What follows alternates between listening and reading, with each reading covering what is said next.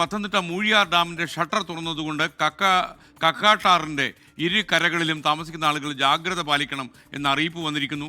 ജലനിരപ്പ് ഉയർന്നതോടെ ഒരു ഷട്ടർ 5 സെന്റിമീറ്ററാണ് ഇപ്പോൾ ഉയർത്തിയിരിക്കുന്നത്. ഒരു സാഹചര്യത്തിലും നദിയിൽ ഇറങ്ങരുതെന്നും മുന്നറിയിപ്പ് വന്നിട്ടുണ്ട്. വി ജയശങ്കർ ചേരുന്നു പത്തനംതിട്ടയിൽ നിന്ന്. മൂഴിയാർ ഡാമിന്റെ ഷട്ടർ ഉയർത്തിയത് എപ്പോഴാണ്? അതിന്റെ കൂടുതൽ വിവരങ്ങൾ എന്താണ്? പറയൂ. ഒരു ഷട്ടർ 5 സെന്റിമീറ്റർ നിലവിൽ തുറന്നിരിക്കുന്നത്.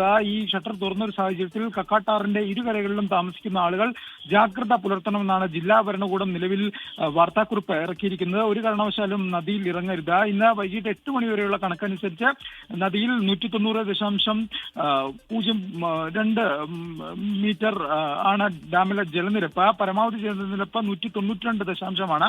അതുകൊണ്ട് തന്നെ ഡാമിൽ നിലവിൽ റെഡ് അലർട്ട് പ്രഖ്യാപിക്കുകയും ചെയ്തിട്ടുണ്ട്. വരും ദിവസങ്ങളിൽ മഴ കൂടി